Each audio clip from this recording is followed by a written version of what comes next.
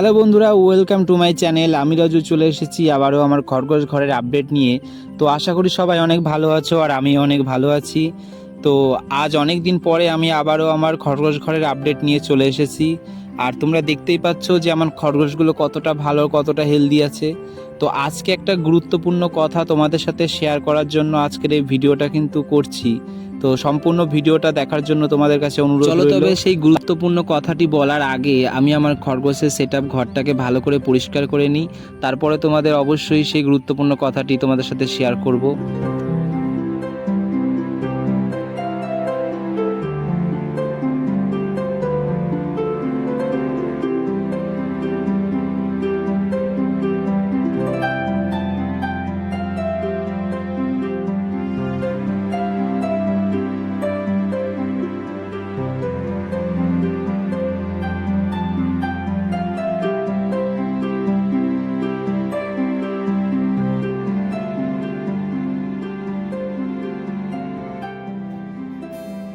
তো দেখতেই পাচ্ছ বন্ধুরা, আমার খরগোশ সেটআপের ঘরটা আমি কিন্তু ভালো করে পরিষ্কার করে সমস্ত নোংরা এক জায়গায় করে নিয়েছি। এরপরে এই যে বালতিটা আমার হাতে দেখতে পাচ্ছ, এই বালতিটায় আমি সমস্ত নোংরাগুলো এর মধ্যে রেখে আমি বাইরে নিয়ে যাব অন্য যে একটা জায়গায় ফেলে দেওয়ার জন্য।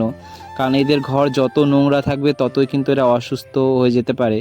তো সেই জন্য আমি রোজ কিন্তু সকালবেলাটায় বেশি পরিষ্কার করি। ধরো আমি বিকালে ওদের খেতে দিই, আর রাতে যখন খেতে দিই সেটা একবারে সমস্ত নোংরাগুলো এক জায়গায় করে আমি বালতিতে ভরে নিয়ে তারপরে অন্য একটা জায়গায় ফেলে দিই। দেখো বন্ধুরা, আমি এদিকে ওদের ঘর পরিষ্কার করছি, বালতির মধ্যে সমস্ত নোংরাগুলো ফেলছি, আর অন্যদিকে দরজা খোলা পেয়ে আমার একটা খরগোশের বাচ্চা বাইরে বেরিয়ে গিয়ে দেখো গাছের পাতা খাওয়া শুরু করে দিয়েছে। আর এদের কিন্তু খুব সাবধানে রাখতে হয়, কারণ এরা যদি উল্টোপাল্টা কোনো গাছের পাতা খেয়ে ফেলে তো তার ফলে কিন্তু এদের পেট খারাপ হতে পারে বা পেট ব্যথা করতে পারে। তো এই জন্য কিন্তু খুব সাবধানে কিন্তু ওদের রাখতে হয়। তো দেখতেই পেলে বন্ধুরা, ওদের ঘরটা আমি পরিষ্কার করে ফেললাম। এবার ব্যাগ থেকে কিছু ঘাস বের করে আমি ওদের খেতে দিয়ে দেবো।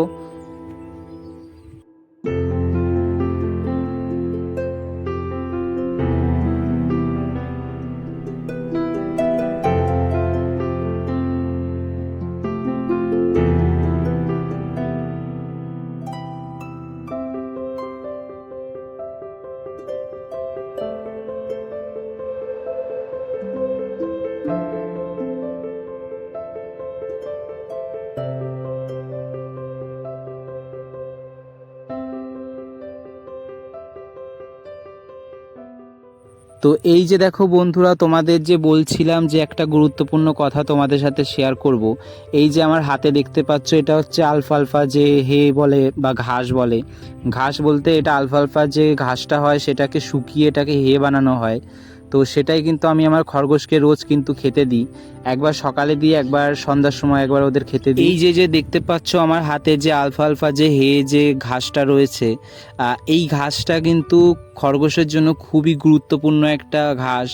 ঘাস বললে চলে না, এটা কিন্তু একটা হে বলা হয়, মানে ঘাসটাকে শুকিয়ে এটাকে সেভাবেই হে তৈরি করা হয়। এই আলফা ঘাসের যে হেটা, এটার যে কতটা গুণাগুণ আছে সেটা তোমরা যতক্ষণ না এটা নিজের চোখে দেখতে পাচ্ছ ততক্ষণ তোমরা হয়তো বিশ্বাস করবে না। তাই এটা অনেকেই হয়তো যারা খরগোশ পালন করে, যারা এটাকে ব্যবহার করে তাদের খরগোশকে খেতে দেয়, তারা হয়তো খুব ভালো জানে। এই আলফালফা ঘাসের হেতে অধিক পরিমাণে পুষ্টিগুণ থাকে, যা খরগোশের জন্য খুবই উপযোগী একটা খাবার এটা। আর এটা খাওয়ালে কিন্তু খরগোশের বাচ্চা খুব তাড়াতাড়ি গ্রোথ হয়।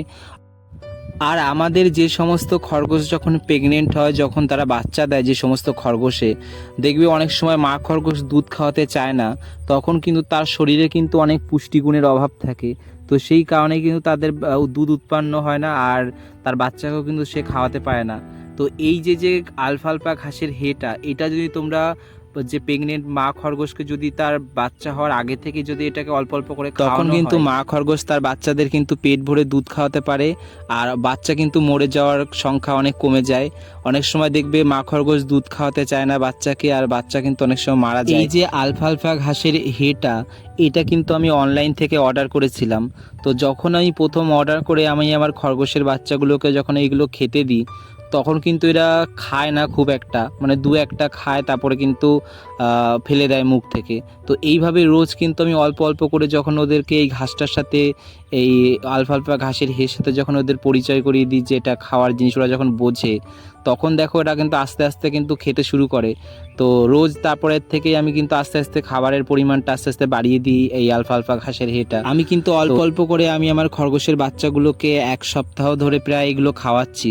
তো তার তফাৎটা কিন্তু আমি বুঝতে পেরেছি অনেকটাই, যে এটা খাওয়ানোর ফলে কি হয়। তোমরা যারা পেটস মার্কেট থেকে খরগোশের ছোট বাচ্চা কিনে আনো, তো তারপরে দেখবে অনেক সময় ছোট খরগোশের বাচ্চা মারা যায়। এটার কিন্তু পেছনে অনেক কারণ থাকে, কারণ সেই সময় কিন্তু ওরা দুধ খাওয়ার বয়স। ওরা প্রায় খরগোশের বাচ্চা প্রায় 3 মাস 3.5 মাস কিন্তু তার মায়ের দুধ কিন্তু তারা খায়। কিন্তু তার আগে যখন তারা বিক্রির জন্য যখন বাজারে চলে আসে, তাদের শরীরে কিন্তু অনেক তার মায়ের দুধের ঘাটতি পড়ে যায়। তো এই জন্য কিন্তু তারা অনেক সময় অসুস্থ হয়ে কিন্তু খরগোশের বাচ্চা মারা যায়। তো এই যে আলফালফা ঘাসের যে হেটা, এটা খাওয়ানোর ফলে কি হয়, এই ঘাসটায় কিন্তু অধিক পরিমাণে পুষ্টিগুণটা বেশি থাকে। তো এটা খাওয়ালে কিন্তু সেই পুষ্টির অভাবটা অনেকটাই তাদের শরীর থেকে দূর হয়ে যায়। তো এই জন্য আমি বলবো তোমরা একবার চেষ্টা করে দেখতে পারো এই খাবারটা তোমাদের খরগোশকে খাওয়ানোর।